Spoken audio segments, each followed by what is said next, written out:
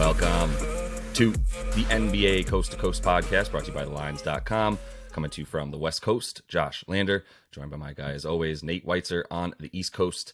And we've got a January 20th show for you guys today to end this work week with 9 games. In this one, we're taking a look at the Mavs playing host to the Miami Heat, pretty much the surging Miami Heat right now. Also got another game video up and our player props, so make sure to like and subscribe to that page so you can continue to follow along with us. Also head to thelines.com. That's where we've got everything up there about the NBA in written form for you guys, and obviously all those other sports you're betting on as well. Also have our odds finder tool up there. You can use that to make sure you're getting the best juice back on all these bets you're making across U.S. sportsbooks this NBA season. Nate, let's go ahead and jump into this slate and then talk Mavs and Heat. Yeah, we've got Pelicans -1 at Orlando after they were just stomped by the Heat at home. Miami is +1 now at Dallas. They opened as slight favorites, but that's fluctuating a little.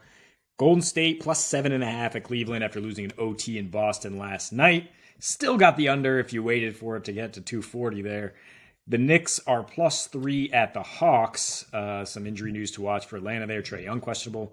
Clips actually might have Kawhi and PG, and they're -7 at the Spurs, trying to snap their skid. The Pacers still without Halliburton are +11 at the Red Hot Nuggets. The Nets, 0-4 now without Durant, are +7.5 on a back-to-back in Utah. Memphis is -7 at the Lakers with a 243 total. We will break that game down for you in a separate video. And then the Thunder +3 at Kings. Domantas Sabonis is questionable after missing a game there with an illness. So Miami, yeah, you said starting to get red hot. I mean, I don't want to get too carried away with them winning 4 of their last 5, considering 2 at home against the Giannis-less Bucks. But I think we can get ahead of this right now in terms of how they match up against Dallas and how vulnerable, Dallas is going to be now without Christian Wood for at least a week. Maxi Kleber is still out. THJ Hardaway Jr. is expected to play. But, I mean, Wood has been their second best player. I don't think anyone can really argue that, and had really been coming on strong lately, especially, playing starter minutes, whether he's starting or not. And then they've played 4 games without him this year. They're 1-3. They score 5 fewer points per game. Their defensive rating up about the same, but their rebounding struggles. I mean, they average 3 fewer rebounds per game, and their 2-point shooting drops off a cliff from like 48% to 41%. Dallas already, I don't understand how this is a good offensive team. When I looked at their stats, I'm like, what? 30th in paint points, 30th in fast break points, 29th in assists, 28th in fourth quarter points as well. And the answer is just, Luka often getting to the free throw line. They are number 1 in free throw attempt to field goal attempt ratio. Of course, also 3rd in 3-pointers made, but at an average percentage. So, but the thing is, when you match up with Miami, they're number 1 in limiting free throws in this hot streak. They're number 1 on the road limiting free throws. They're number 1 in overall defensive efficiency on the road, 3rd in assist to turnover ratio, 11th in 3-point percentage, and they've struggled in that regard lately, but they've still won. Like they gave up 22 threes to the Bucks, but just dominated them on the boards, 18 offensive rebounds. They gave up 13 threes at a good clip to the Pels, but again, dominated them with finally their full team. I don't know if this is the first time all year that they had their actual starting lineup, right? Lowry, Hero, Butler, Bam, and then Caleb Martin. And that allows them to bring Strus, Gabe, and Depot off the bench, who had 50 combined points in that masterclass against the Pels, a 37-9 assist to turnover ratio. I mean, Miami is a team we expect to turn the corner at some point. It took maybe a little longer than expected, but they're starting to do it. And Dallas is obviously floundering a little bit here without their second most important player. And they have Luka going up against a team that has guarded him very well, that seems to know how to either limit the opposing star or limit what they do to set up other guys. And you look at the most recent meeting, Luka had 21, 10, and 6, shot 5 for 19.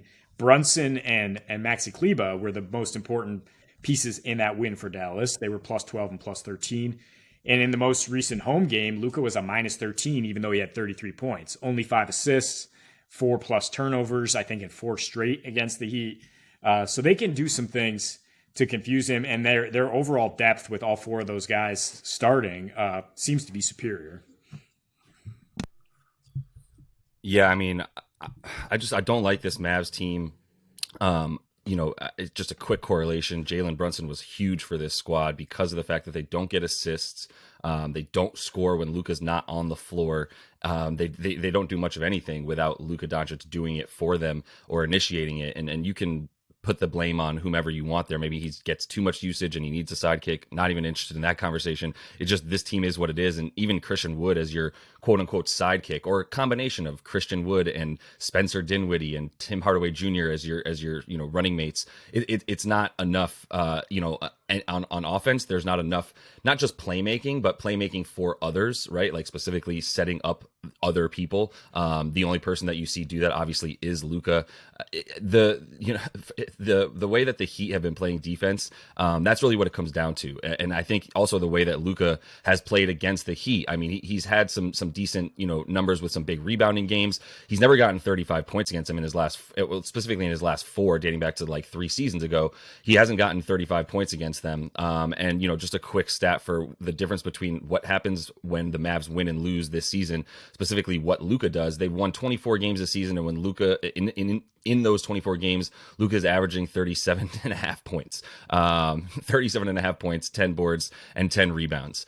He's actually limiting turnovers as well to like less than 4, which is good for him right now considering his high, ginormous usage, right? And shooting about 40% from 3 as well, I would add, which is obviously the correlation you can make for the whole Mavs team, which is if they're not making threes, there's a huge disparity in terms of when they win, they shoot at about a 39% clip. When they lose, it's about a 32% clip. So a pretty big difference. Obviously, that's going to be consistent, but across teams, when you win, you make more threes. Not that big of a, but for them, it's like very consistent, and it's a pretty stark contrast. In the losses, Luka's averaging 28.5 points a game, right? 7 boards, 7 assists, and about 4.5 turnovers. So like basically, as Luka goes, so goes this team. And with the way that the Miami Heat have shown that they can limit assists, which fine, I mean whatever, limit rebounds, obviously very very big for them because the Mavs are not getting second chances, which is just, it creates this ugly, awful 90.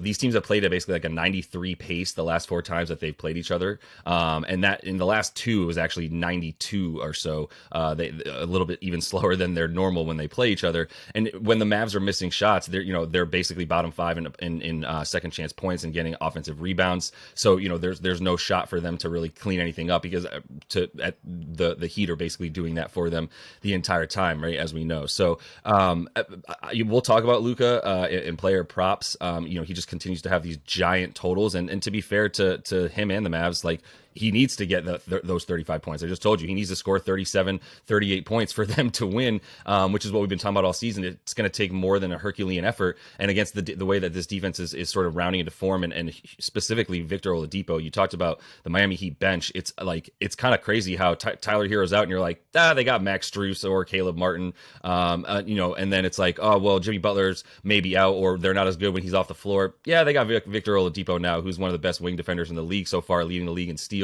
since he came back from injury. So yeah, I just like everything they're doing, and the way that Depot adds that incredible extra length and size on the perimeter.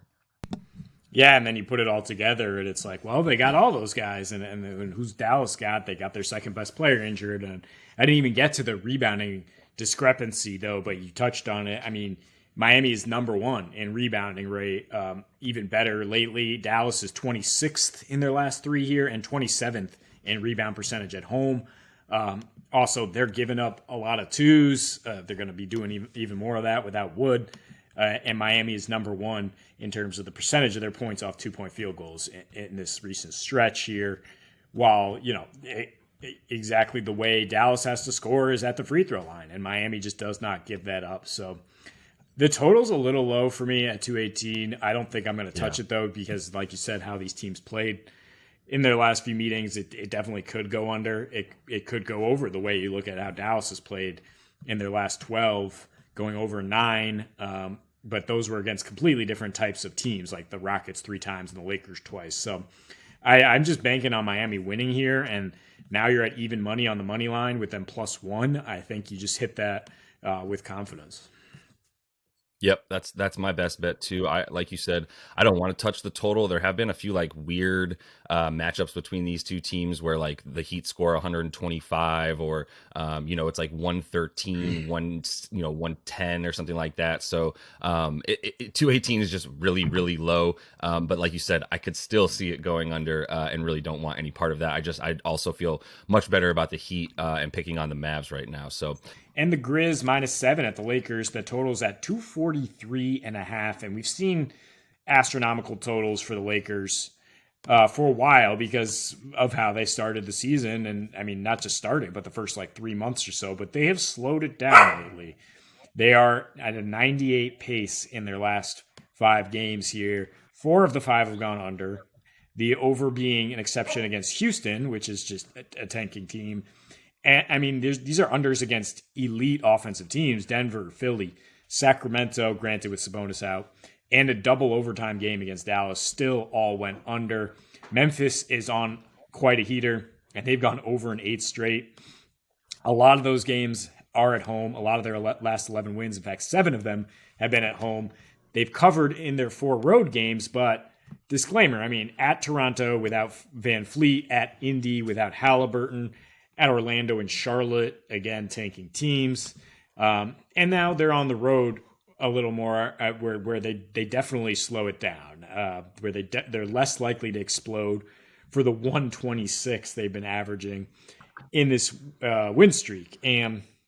But for me, I think it's more about the Lakers playing a lick of defense, which we said they were unable to do without Anthony Davis. That's a Freudian slip, though.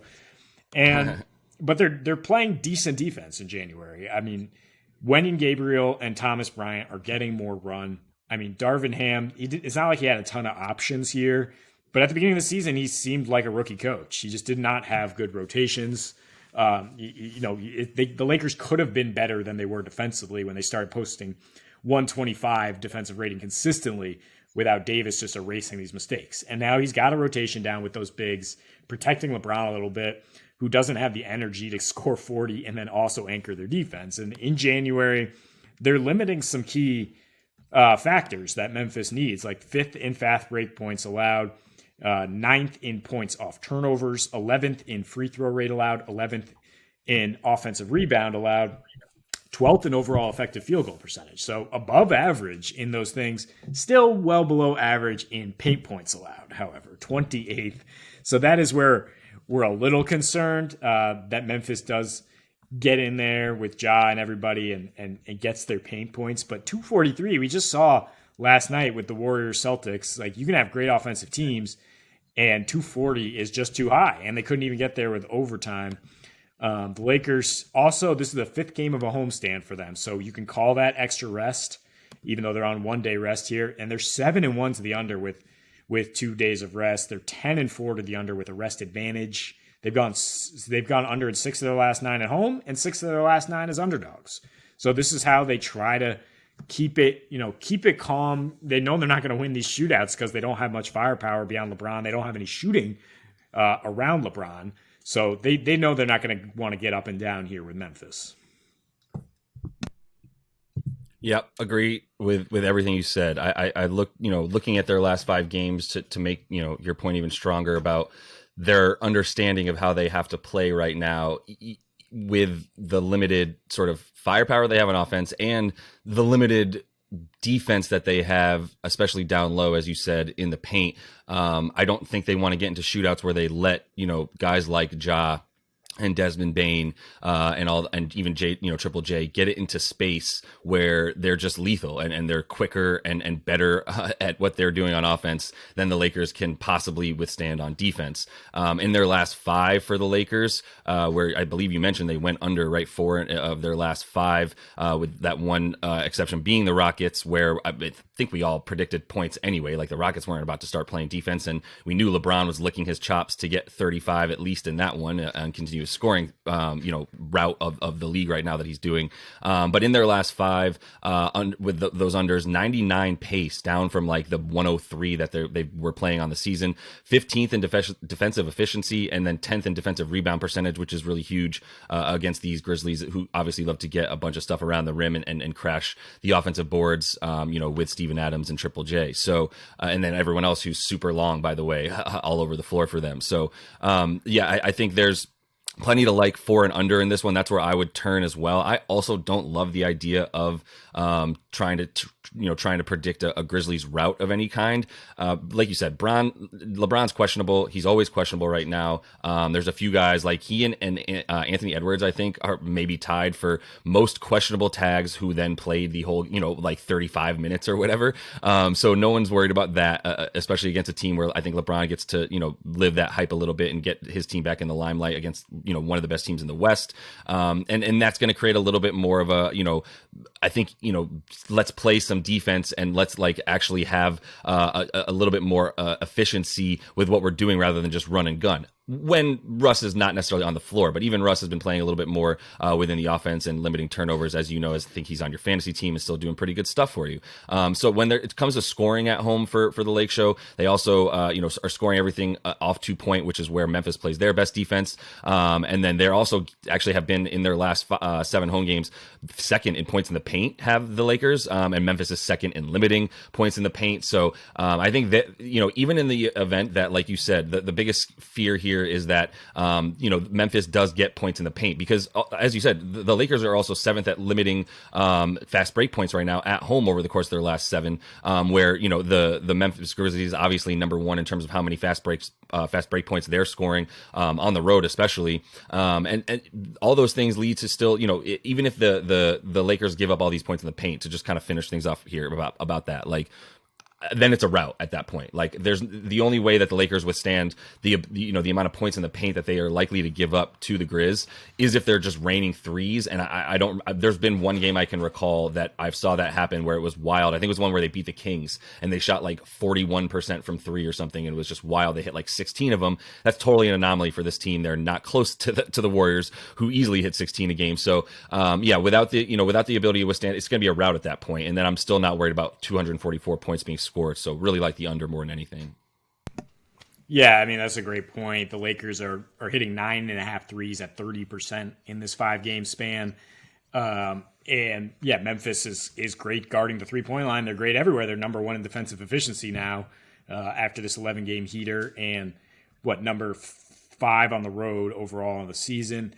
It's really the pace for the Lakers. It's like they were never an elite offensive team. They were just playing fast enough that we got to the 120s, and that's how they were trying to compete. But again, with a 98 pace, the stats are just going to dip on both sides here. And it has to be the number 1 point of emphasis from LeBron and the coaches is like, look, we got to get back against this team. We cannot let Ja get going in the open court. And that's what they'll be able to do, I think, to a degree at least, is keep this relatively close. Or if they don't, like you said, they'll pull the plug and get ready for their quick road game in Portland in 2 nights. And they probably won't come along for the ride with 120 if LeBron's going to be getting some rest. Yeah, I don't know if they are either. I would fully agree. Like you said, are they going to come along for the ride if LeBron needs rest? Not really sure, but either way, if he's getting his, they're just able to shut down what everybody else is doing. Like you said, I've been focused so much on Memphis's paint defense, but they've just been basically the best defense. And I think that slower pace for the Lakers over their last 5 or so, 3 of which were at home, I think you can bank a little bit more on this one going to that route as well. So, Nate, let's go ahead and jump into your first play a prop tonight, the finisher. Yeah, you really wanted to break out that nickname for Lauri Markkanen. I did. Who is trending now as an all-star starter, maybe? Is he going to start over LeBron James in the all-star game, or are they just going to make room for him? Either way, I mean, he's on a tear since Christmas, 31 points per game, 10.5 rebounds. And something shifted in the last 5 games for Utah. He's only played in 3 of those, but Walker Kessler has been starting at center. And that leads to a little bit more usage, a little bit easier scoring for Markkanen, more room to operate. Maybe it's actually a little more clogged on offense, but his scoring has not dipped but his rebounds have gone up to 13.5 per game in 3 alongside Walker, who's a big dude who's just going to box out. Think Steven Adams, think Brook Lopez. They're going to clear out and let their power forward come in and clean up. And you're playing a Nets team that's dead last in offensive efficiency without KD. They're 0-4, 102 offensive rating, 45% field goal shooting, and they're getting out rebounded 50-41 on average in these 4 games. So Markkanen, you can take the 26.5 points and feel pretty good about it with the Nets on a back-to-back here. I mean, maybe you worry about the blowout factor. Or you can take 9.5 rebounds, or you can tack the two together. 35.5 points rebounds seems fine to me, but I think he gets a double-double here and continues to board up with his big center alongside him. Yeah, I mean, the only thing you worry about is the blowout factor. I don't know if the Nets are going to be able to hang around at all, but Utah is going to be putting up points no matter what. That's my only fear. Like I said, nothing against anything else you're saying. I don't think this is going to be your typical type of game that Utah is used to, in the sense that, like, what are the Nets right now? It's just, if Kyrie doesn't do something amazing, it looked like G League offense last night versus the Suns, who aren't exactly world beaters on offense right now without their 2 best players and Chris Paul and Devin Booker. So, just worried about that. That's my only thing. I still love the idea of him being able to get the rebounds at the very least. Maybe it's a little bit choppier, but points and rebounds I would add together to get a few more boards in there as well. Like you said, those 13 with Walker Kessler in the lineup. Love to see that. So taking a bet here that, as we have said before, is not for the faint of heart, Nate. Luka Doncic under. Stop me if you've heard that before. You have not heard that before. 44.5 points and rebounds. I threw the rebounds in there. You like the rebounds a lot at about 10.5, right? And the points are sitting at 34.5. You combine them together on DraftKings, you get minus 105, gets you pretty close to even money. So kind of like the idea of doing that as opposed to like a minus 120 or so for the under on the points. But dude, this is so high versus a Miami team. We talk about this in our game video with them. In his last 4 versus Miami, 26 a game, 10 points, 6.5 assists. He's never hit 35 in that time. The average pace in that time frame for those 4 games is 93, with an average score of 109 to 105. Don't get me wrong. The Mavs could score 109 points and Luka could have 40. It wouldn't be shocking necessarily. But that's just not against a Miami team tonight that has actually been rounding a lot better into form. Number 1, limiting opponent rebounds on the road, averaging only 108 points a game are they allowing on the road, and allow the 3rd fewest points per game to point guards as well, about 22.5 on the season. So it doesn't look, it's not a good matchup for Luka, especially as we know when he's not scoring basically 37, 38 points, which is essentially what his prop is at, needing 35 tonight. This Mavs team doesn't win. He needs to score 37 or they lose. In the games they've lost this season, 28 a game. So I think there's just way too high against this Heat team. Whereas I might not feel like it's too high if the Mavs are playing, say, the Lakers, right? But they're not. So yeah, I mean, the points are the scariest thing with Luka, which is why we never take an under, because he can score 35 in his sleep. It seems he's the leading scorer in the NBA, and even Miami, with their good schemes, are probably going to allow him to get around 30. I think that why I like the rebounds more and maybe under on the assists as well is that they're going to just try to shut down everybody else, and that he doesn't have Christian Wood as a pick and roll partner or Kleba as a pick and pop partner. I think maybe Luka doesn't get double-digit rebounds or assists here, and you get plus 265 on no double-double. I saw that. So I like the juice there, but I like what you're saying, just kind of lumping the stats together, maybe all the PRA, which is 54.5. So at some places, you can tack on 10 more assists and try to get under that way. But not. There are not many players in the NBA that you're going to get plus 265 for them to not get a double-double. There's like 5 of them. And Luka's one of them. And the Joker, by the way, who might be in a blowout tonight at home. But we're staying in this game with Bam Adebayo, and we like points for Luka, but we like the other stuff for Bam because in the game video we talk about how Miami should dominate the glass in this one. They're first in rebounding over the last 5. Dallas is 27th, and they're without 2 of their big guys, Wood and Kleba. And even with some guys in there, Bam in his last 7 against Dallas is averaging 12 boards and 5 assists per game, 11 plus rebounds in 6 of those outings, also getting about 17 points per game. He's scoring more right now as the Heat are pulling their season up. 21.5 points in his last 7, also 11 rebounds, also 2.5 assists and 3.5 stocks. So there's a lot to like in terms of not just the points, which I think are a little high at 20 and 1.5. I don't think there's going to be a ton of scoring in this game, but I do think 13.5 rebounds assists is very low. That's even money at FanDuel, or just the rebounds at DK. But I think he can be diming up here. And I wouldn't be surprised if he gets 11, 12 rebounds, and then all you need is 2 dimes. Because, like I mentioned in the game video, again, 36 rebounds per game without Christian Wood. Mavs are averaging in 4 games, and they're dead last in crashing the glass. The opponents have the highest defensive rebound percentage against them. Yeah, offensive rebound percentage. Yeah, so they can defense rebound. Either way, Bam for rebounds, love it. Yeah, 11 boards, and then all he needs is like you said, the 3 assists. At that point, I think he's good for 4 or 5. I mean, the points don't scare me only because since he's come back, Jimmy's been a little bit more of a facilitator as well, and Bam has been really, leading the team in terms of having the ball in his hands. It's really between he and Jimmy Butler at this point, and what they can do. So I'm fine with anything you really want to take with Bam tonight, but I do understand that we both like there's not going to be that many points in a total that already has a low one with 218. So maybe stay away from those just in the event that it's not out of the question at all that he gets 20 points. It just doesn't quite get you there. So I'm going to finish things off for the week with the White Wilt, aka Ivica Zubac, who only received that name because of a 3-game period where he went bananas, but obviously cooled down. It's got pretty low props right now, 10.5 points, -110 on DraftKings. If you want to add the rebounds in there for the big guy, 20.5 points and rebounds is -115.